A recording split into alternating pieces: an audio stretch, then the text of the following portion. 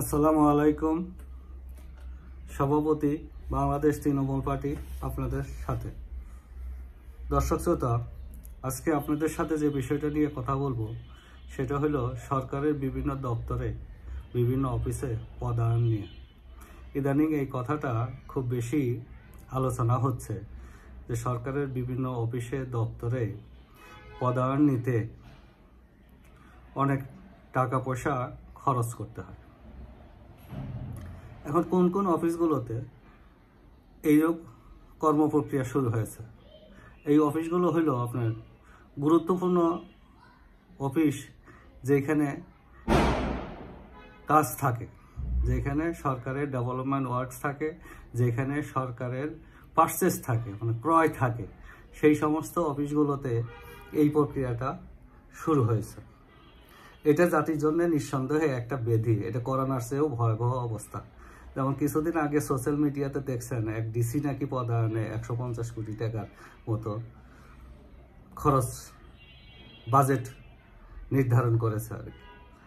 এটা সত্য মিথ্যা জানি না, তো আমরা শুনেছি, এবং এরকম অনেক কথাই আছে যেটা এখন সত্যে পরিণত হয়ে গেছে। হয়তো এত বেশি টাকা না, কিন্তু তার কম টাকা ছাড়া হচ্ছে না। এখন এই টাকাটা খরচ করে কে? এই টাকাটা কিন্তু ওই রাষ্ট্রের কর্মচারী খরচ করে না। এখানে একটা সিন্ডিকেট আছে। এই সিন্ডিকেট রাষ্ট্রের এই কর্মচারীদেরকে টার্গেট করে, তাদের সাথে আলোচনা করে তাদেরকে কনভিন্স করে করে তাদের সুবিধা মতো জায়গায় বসায়। হয়তো কোনো জেলা প্রশাসনে বসায়, সিটি কর্পোরেশনের প্রশাসকে বসায়, এনবিআরে বসায়, পেট্রোলিয়াম কর্পোরেশনে বসায়, তারপরে আপনার এরকম যেগুলোতে খুব বেশি মাত্রায় পারচেস করা হয় সরকারের, এই সমস্ত জায়গাগুলোতে বসায় দেয়। এই সিন্ডিকেট গ্রুপটা এই বসানোতে টাকা পয়সা লগ্নি করে, এই খরচটা করে। তারপরে যখন যে অফিসার এখানে আসে, তার আর কোনো কিছু বলার থাকে না। এই সিন্ডিকেট যেটা যেটা ধরায় দেয়, যেখানে স্বাক্ষর করতে বলে সেখানে এইভাবেই স্বাক্ষর করে। এখানে প্রচুর টাকা খরচ হয়। আমরা আগে শুনতাম যে একটা মন্ত্রী হইতে 200 কোটি 300 কোটি টাকা লাগে।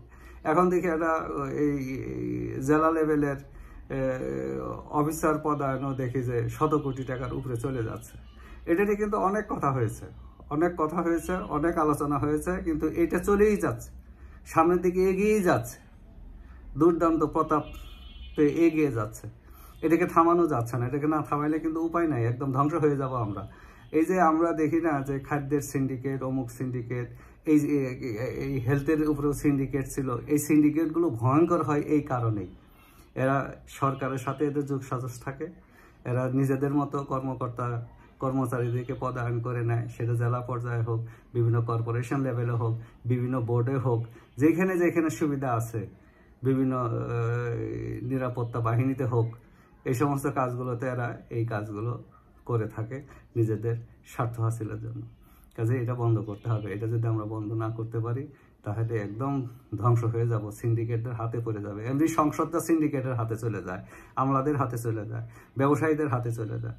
এই জন্য কিন্তু কোনো কিছুই বন্ধ করা যাচ্ছে না। জনগণ সোচ্চার হইলেও সরকার গা করে না, কারণ হলো সরকার ওইটার সাথে ইনভলভ থাকে, সরকারের লোকেরা ওই ইয়ের সাথে ইনভলভ থাকে, প্রক্রিয়াটার সাথে ইনভলভ থাকে, যার জন্য তারা গা করে না, এইভাবে করে দেয়। কাজেই বাংলাদেশ তৃণমূল পার্টি সকল রাজনৈতিক দলের প্রতি আহ্বান জানাচ্ছে, যারা পার্লামেন্টে যাবেন, যারা সরকার গঠন করবেন, এটার উপরে গুরুত্ব আরোপ করা, এবং যাতে করে এই প্রক্রিয়াটা বন্ধ হয়। আর বাংলাদেশ তৃণমূল পার্টি যদি দায়িত্ব পায়, তাহলে তো এটা অবশ্যই নিশ্চিতভাবেই এটা বন্ধ হবে। যে যেখানে থাকেন, সুস্থ থাকেন, নিরাপদ থাকেন। বাংলাদেশ তৃণমূল পার্টির সাথেই থাকি। ধন্যবাদ সবাইকে।